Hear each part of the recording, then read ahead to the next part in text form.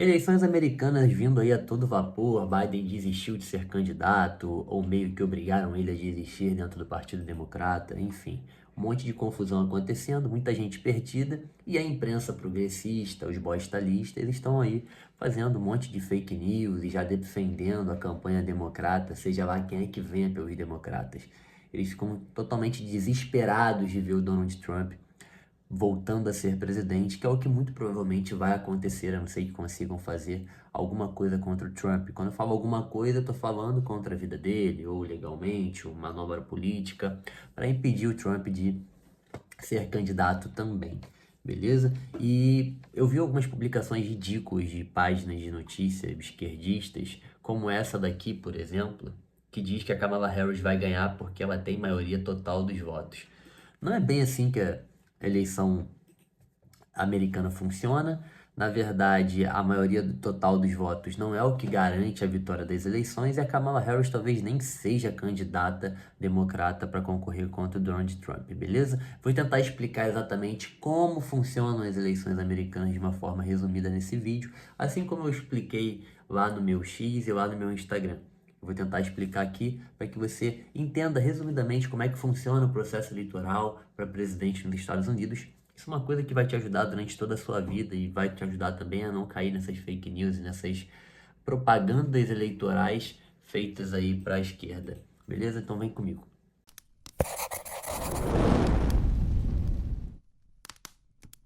Meu querido, minha querida, seja bem-vindo a mais um vídeo. Eu sou Marcelo Brock, esse aqui é o canal Marcelo Brock.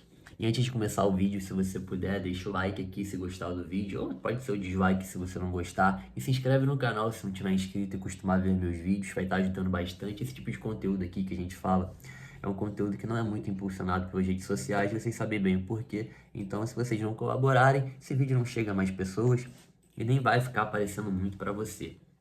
Você pode apertar o sininho também se você quiser ser notificado cada vez que sair um vídeo aqui no canal.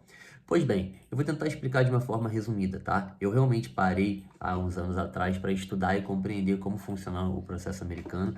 Na última passagem minha, que eu fiquei um bom tempo nos Estados Unidos, eu perguntei para um monte de pessoas americanas alguns detalhes e curiosidades como as eleições, como são as eleições lá na perspectiva de eleitores. Eu consegui compreender mais ou menos como funciona para poder explicar de uma forma mais simples. Porque quando a gente está falando de eleições, assim como a eleição brasileira, assim como a americana, existe o sistema técnico, que é um pouco mais complexo, assim como o nosso. Mas que o eleitor ele não entende. O eleitor ele quer meio que entender o resumo prático daquele voto que ele vai estar dando. E aqui no Brasil também é assim, lá também é assim, tá? Aqui, por exemplo, eu poderia falar para vocês que existe uma coisa chamada coeficiente eleitoral, sabe? Que existe uma coisa chamada também... esqueci o nome da parada. Esqueci o nome da parada, enfim, mas tem uma coisa chamada pontinho, pontinho, pontinho, que eu esqueci o nome, que não é o coeficiente eleitoral, mas que garante, por exemplo, o número de votos que determinado parlamentar precisa ter dentro de tal região, de acordo com o partido dele, ou também pode fazer com que, se no partido dele tem alguém muito popular, que recebe muitos votos, consiga puxar nominata, lembrei. Nominata é o nome da parada que eu queria falar. Enfim, então pode puxar candidatos anteriores. Os brasileiros não entendem isso, tá? E nem querem entender. O cara quer ir lá e entender como funciona para ele. Eu vou lá, eu voto, meu candidato vai ter muitos votos e ele vai ganhar, entende? Então é mais ou menos essa dinâmica que eu quero trazer para vocês. Os Estados Unidos não é diferente, tá? Então vem comigo. Os perfis de fofoca estavam falando que nas últimas pesquisas apresentadas na campanha americana para a presidência, a Kamala Harris tem 44% dos votos e o Donald Trump tem 42% dos votos válidos. Ah, Marcelo, mas por que isso não fecha 100%? Porque existem outros candidatos que recebem votos. O Partido Libertário consegue sempre pegar ali uma porcentagem dos votos.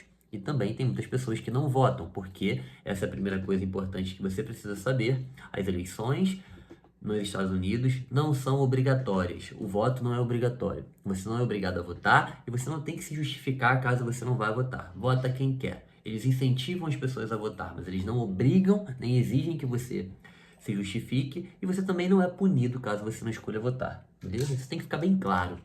Estamos falando do país da liberdade. Não faria o menor sentido o país da liberdade obrigar pessoas a fazerem alguma coisa, principalmente através do Estado. Vamos lá. Vou tentar explicar como funciona lá de uma maneira mais simples. As eleições lá, elas não funcionam exatamente como as eleições daqui, tá? Não é aqui no Brasil quem tem realmente a maioria geral dos votos para a presidência vence. Então, nas últimas eleições, o Lula teve 60.345.000 votos, o que correspondia a 50,90% dos votos, e venceu. Enquanto Jair Bolsonaro teve 58.206.000 votos, que corresponde a 49,10% dos votos. Estou falando de segundo turno, só tinha eles dois, tá? E aí você só exclui realmente quem votou em branco ou quem não votou. Lá nos Estados Unidos não é dessa forma. Nos Estados Unidos, cada estado vai eleger o seu candidato. E a vitória do candidato em cada estado que ele vence vai dar a ele uma pontuação específica e proporcional. Então entenda, vamos falar aqui do estado da Flórida. Lá na Flórida, todo mundo vai votar. E existem sub-regiões dentro da Flórida, que não são exatamente cidades nem bairros. São tipo condados, tá? Pode se chamar aí de delegados, que vão formar um colégio eleitoral. Vai se votar, todo mundo vai votar ali dentro da Flórida, vai se formar uma quantidade de votos. Algumas pessoas vão votar no Trump, outras vão votar no Biden, ou na Kamala Harris, no Biden não mais, né? E um dos dois candidatos vai ganhar. O candidato que ganhar, ele venceu na Flórida. Não importa se ele venceu ali na Flórida por um voto ou se ele venceu por 1 milhão de votos de diferença. Ele venceu na Flórida. E a Flórida vai dar para ele uma quantidade de pontos. No caso da Flórida, ela vai dar 30 pontos para ele. Beleza? Esses 30 pontos vão para a contagem. Depois vai se contar o estado do Texas. E vai rolar a mesma coisa. As regiões vão todo mundo votar, as pessoas vão lá fazer seus votos e alguém vai ganhar. Aí no caso o Trump ganhou no Texas, que é o mais provável que aconteça, porque o Texas é um estado bem republicano. Então o Trump no Texas, como é um estado maior, que tem mais poder econômico e maior população do que a Flórida, ele dá mais pontos à vitória ali do que a Flórida. O Texas vai dar 40 pontos para o Donald Trump. Então, na contagem, o Trump ganhou mais 40 pontos. E assim a gente vai medindo a eleição americana, tá? Não importa, gente, se o candidato vence por muito, se ele vence por pouco no estado, como eu falei. Se ele vence por uma diferença de um voto, ou de 500 mil, ou de 5 milhões de votos. Ele venceu naquele estado, ele venceu e ele vai levar aquela pontuação daquele colégio eleitoral. Beleza?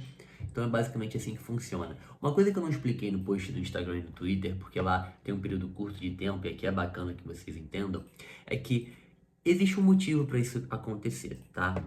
O único motivo não é que o pessoal criou isso porque achou que era mais justo. A gente tem que entender a história dos Estados Unidos. Quando a gente está falando dos Estados Unidos, a gente já pode pegar pelo nome e fazer uma análise, né, do nome Estados Unidos. São Estados Unidos. Estados são países. Países que se uniram para formar um estado maior, que é os Estados Unidos da América. Então, na interpretação americana sobre os estados, diferente das que a gente tem de brasileira, que são apenas sub-regiões da União, né, que é do governo federal, nos Estados Unidos é como se fosse a união de vários países. Então é como se o Texas fosse um país, a Califórnia fosse um país, Nova York fosse um país, a Flórida fosse um país, Rhode Island fosse outro país.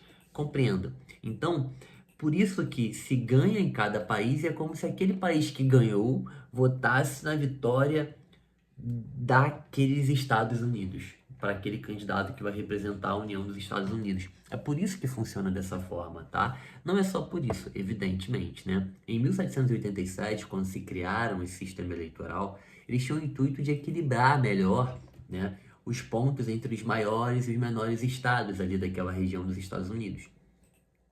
Para que se houvesse uma representação do que é melhor para cada estado. Então entenda, aqui no Brasil acontece uma situação que é parecida com os Estados Unidos. Por ser um estado continental, existem muitas particularidades de cada estado ou região. É muito difícil que a galera que mora no Amazonas tenha a mesma interpretação do que é melhor para o país dela do que a galera que mora no Rio Grande do Sul. São lugares com climas diferentes, economias diferentes, culturas diferentes, dialetos diferentes.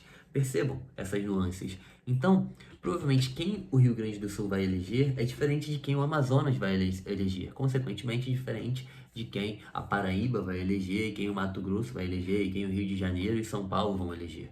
Entende? Então, isso é para poder fazer com que aquele estado eleja alguém, entende? Que nos Estados Unidos é um estado muito mais poderoso, porque é como se ele fosse um país que se uniu para formar um país maior, ao contrário do Brasil, que os estados aqui, e eu me refiro a estados com E maiúsculo, são estados realmente que são regiões, né, do país como um todo, tá bom? Então, assim, um estado gigantesco contra a Califórnia, ele vai fornecer 54 pontos, porque ele tem uma população de milhões de pessoas muito grande, tem um poder econômico muito alto. E um estado menor, como Rhode Island, ele vai fornecer 4 pontos. Aí você vai falar, pô Marcelo, mas existe uma diferença de pontuação gigante, você não falou que o sistema era feito para equilibrar, né, a força dos estados ali dentro da eleição? Sim, e eu vou explicar por quê. Essa diferença de 54 para 4 é porque a diferença entre a Califórnia e Rhode Island é colossal, é gigantesca, tá? Se a gente fosse realmente fazer o equivalente matematicamente à pontuação que a Califórnia daria e a pontuação que Rhode Island daria, a diferença não seria de 54 para 4. A diferença seria Califórnia cento e tantos pontos e Rhode Island meio ponto, entende? Então, o sistema, ele de alguma forma, ele usa mecanismo para poder reduzir essa distância e dar mais importância aos estados que são menores. Porque apesar desses estados serem menores, eles ainda são estados que representam uma região dos Estados Unidos, perfeito? Alguns estados ali já são cartas marcadas, tá? Os republicanos e os democratas, eles já sabem quando começa a eleição que eles vão ganhar num estado muito provavelmente, a não ser que o candidato deles faça uma merda muito grande. Então assim, gente, Texas sempre vota em republicano. É muito raro Texas votar em um democrata. Assim como Nova York sempre vota em progressistas, em democratas, tá? Muito raramente o Nova York vai votar no republicano, isso aconteceu pouquíssimas vezes na história. Então, vários estados já são bem definidos. New Hampshire é um estado extremamente republicano, cara, eles nunca vão votar em democrata. Beleza? A Califórnia é um estado extremamente democrata, progressista, dificilmente eles vão votar no republicano. Ficou claro? Então, meio que o Partido Republicano e o Democrata eles já sabem onde eles ganham. E tem estados que são estados meio termo, que são aqueles estados que definem a eleição. É tipo Minas Gerais. Minas Gerais, como ele fica entre o Sudeste, o Nordeste e o Centro-Oeste, ele é um estado muito pluralizado aqui no Brasil. Então, em Minas, ora ganha um esquerdista, ora ganha alguém de direita. Eles elegem um governador esquerdista, mas eles elegem um presidente de direita. Um ano eles elegem o PT, outro ano eles elegem Bolsonaro. Gente, é loucura Minas Gerais. Então, tem alguns estados nos Estados Unidos que são assim, que são majoritariamente ali, falando mais precisamente, 7 estados. E são esses 7 estados que costumam definir as eleições. Quanto mais os democratas ou os republicanos conseguem convencer as pessoas desses 7 estados americanos a votarem neles, a eleição fica definida. E esses estados são chamados lá nos Estados Unidos de swing states, ou seria mais ou menos algo como estados dançantes. Eles dançam para um lado, eles dançam para o outro, nunca sabem quem eles vão eleger no final das contas. Ali é bem acirrada a disputa. Então, quem ganha naqueles estados ali consegue eleger. O Biden, ele foi tirado da disputa pelos democratas, houve uma pressão tão grande para tirar ele. Não só porque o Biden está incapaz, porque ele está doente, porque ele está gaga, porque todo mundo já sabia disso desde a primeira vez que colocou ele como presidente, todo mundo está vendo isso durante a presidência. O grande ponto aqui, tem até aquela cena ridícula em que ele estava na conferência, ele vai chamar o Zelensky, que é presidente da Ucrânia, que está sendo invadida pela Rússia, ele chama o Zelensky de Putin, que é o arquirrival da Rússia, né? Uma coisa completamente bizarra, uma gafe, assim, que não poderia acontecer de forma alguma, não é uma bobeirinha. E o Biden foi retirado porque o Biden nas pesquisas ele está perdendo nesses 7 swing states. Ele está perdendo nesses 7 estados que podem decidir as eleições. O Trump está ganhando os 7. Então, se a eleição seguir dessa forma que está, se não acontecer uma virada de chave muito grande, o Trump ia amassar o Biden, ele ia ganhar, assim, uma vitória vertiginosa. Ia ser uma vergonha para os democratas. Então, os democratas tiveram que fazer alguma coisa e a saída do Biden é para colocar um novo candidato que possa agradar esses 7 estados que podem definir as eleições. Então, assim, seja quem for entrar no Partido Republicano, Kamala, Ou seja, quem for entrar, ou pode ser, sei lá, o Neil, ou a Michelle, não sei. Quem for entrar ali, e eu repito aqui, não pode ser o Barack Obama, porque o Barack Obama já foi presidente 2 vezes. E existe a 22ª emenda americana, que desde 1950 proíbe que qualquer presidente tenha mais 2 mandatos, juntos ou separados. Então, algo como acontece aqui no Brasil, do Lula tá no terceiro mandato, podendo ir pro quarto, isso não existe lá há muito tempo, justamente porque entenderam que esse tipo de coisa abala muito, enfraquece muito a democracia. Tu ter alguém no alto poder executivo governando por tanto tempo, se formam esquemas, isso, né, enfim, que é todo aquilo que a gente já sabe. E então Barack Obama não poderia ser presidente de forma alguma. Seja lá quem vier pelo Partido Democrata, ele vai ter que convencer esses 7 estados que ele é uma opção melhor do que o Donald Trump, se quiser começar a competir realmente com Trump, tá? Porque senão não adianta ter maioria, não adianta vencer por maior quantidade de pessoas, porque essas maiores quantidades de pessoas elas geralmente estão em Nova York ou geralmente estão na Califórnia. E essa diferença, no final das contas, não vale de nada, porque tanto a Califórnia quanto Nova York, por mais que elas deem muito ponto, elas vão dar aquela quantidade de pontos. Não vão dar pontos a mais ou pontos a menos, porque há uma maior quantidade de votos. Então compreendam. Se vocês verem pesquisas aí dizendo que a Kamala Harris tem 50% dos votos, enquanto Trump tem 42% dos votos, e por isso a Kamala Harris vai ganhar, não é verdade. Isso não quer dizer que realmente ela vai vencer as eleições. Espero que vocês tenham entendido. Por esse vídeo é só. Um abraço, até a próxima.